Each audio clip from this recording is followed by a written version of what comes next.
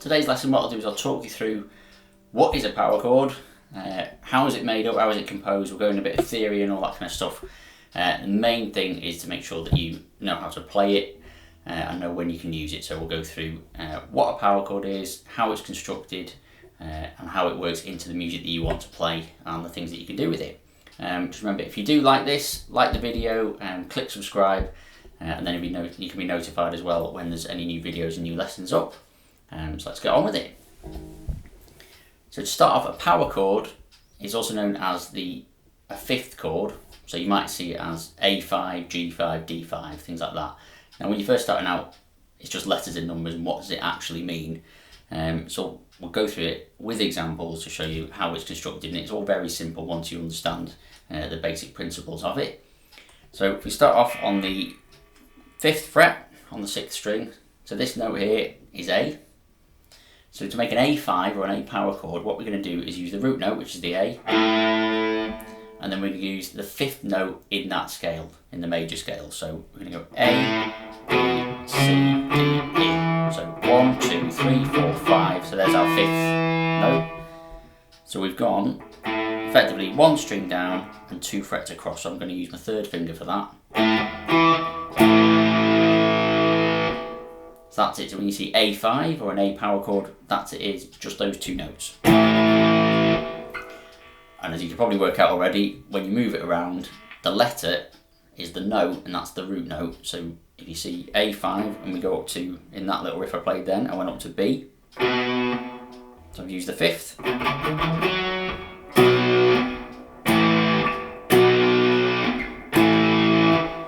So it's as simple as that. It's just whatever note you have, that's your root note, that's the first note that you play. You go down 1 string and across 2, and that's your 5th note of the scale, and that's your power chords. It's just those 2 notes. Now, as with everything in music, I'm going to tell you that's exactly it and then tell you about an exception. The only exception is you can move that around. All works until you get to the root note on the B string, on the G string, on the 3rd one up.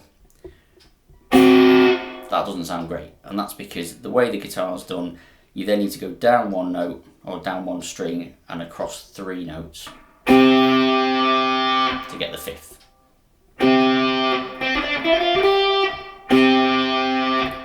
Everywhere else, and even on the bottom 2 strings, it's just down 1 string and across 2. There you go.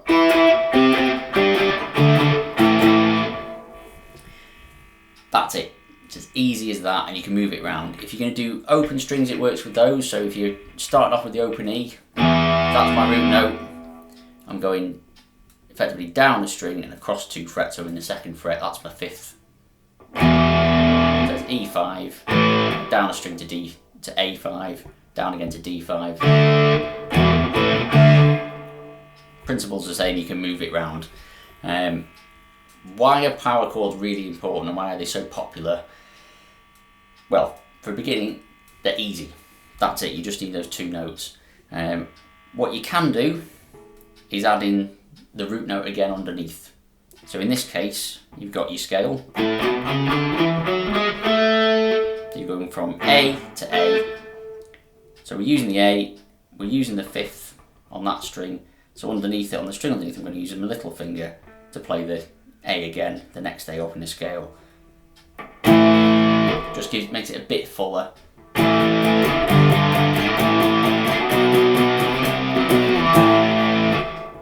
And you're moving the same shape around.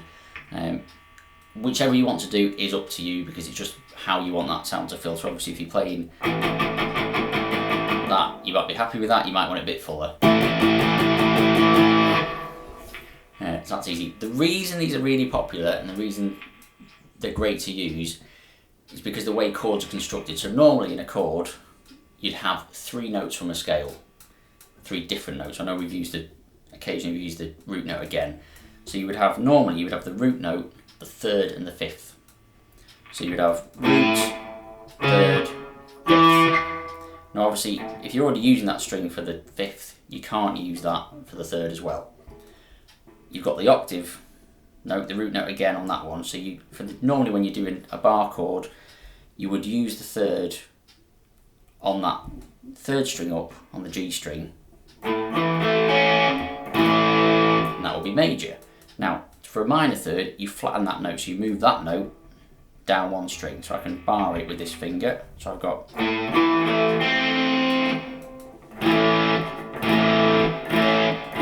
That's the difference between major and minor. So if you're in a major key, or you're in a key where you need the major chords, you've got that. Again, same in minor. You've got to change the hand position because of the fingers. The way that pressing down on the strings is going to change the way the notes sound. That's going to be the difference between major and minor. Now, of course, if you're doing a power chord, I'm not playing that note, you're not playing that string. So that means that the shape you're doing for a major is exactly the same as the shape you do for a minor. So if the song is in major or minor, or those major and minor key chords appear in the major and minor keys, the opposite, if that makes sense. So you'd have a minor chord in a major key and vice versa. You don't need to change your hand shape. It's just one shape to move around the neck. Really popular in bases of rock, punk rock, things like that. Particularly around the 1-4-5 pattern. So 1, 4th, 5th.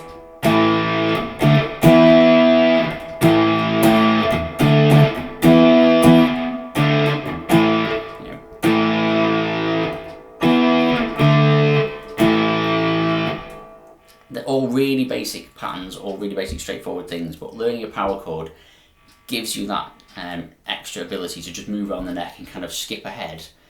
You still need to learn all the chords, you still need to learn where the fretboard is. It's really important to learn the notes on the fretboard. That helps you to move around, move the shapes around, and know exactly where you're going without having to kind of suddenly panic and think, oh, I can't play this. It means that if even if you've never been shown a G5, you can go, well, if that's G, there's G5, there's another one, there's another one, because I know where they are. That's not one. That's a mistake. So there's G5. You can move it round and you can work out where the chords are even if you've never been shown that particular chord before. So that's a great advantage for it. Brilliant to use in terms of that kind of thing when you're first starting out. Again, as I say, learn the fretboard, that helps you move it round, but just doing the power chords, it builds it up and gets you ahead. The other great place that an advantage to use is if you've got high gain on, when you're playing open chords, you can kind of become a bit muddy.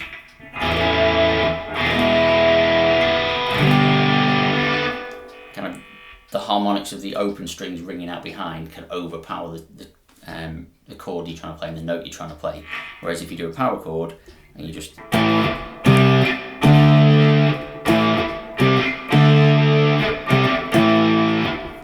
limit it to the notes that you want people to hear, and that's the important thing really when you're playing music. It sounds obvious, but it is. You want people to hear the notes that you want them to hear, not things that you think, oh, I'm going to play a nice C chord. Doesn't sound quite right. Cuts through with the power, hence the name power chord, and it is the basis of most rock songs, basis of a lot of blues things as well. You'll base it round the fifth and they'll move, adding to like a fifth, a sixth, a seventh, you go, things like that. But to start off with, just concentrate on root note, wherever the first note that you play, first string that you play, that's your root note, and then you're going down a string and across 2 frets to get the fifth, except for that starting on the G string when you go across 3 frets. And other than that, that's it.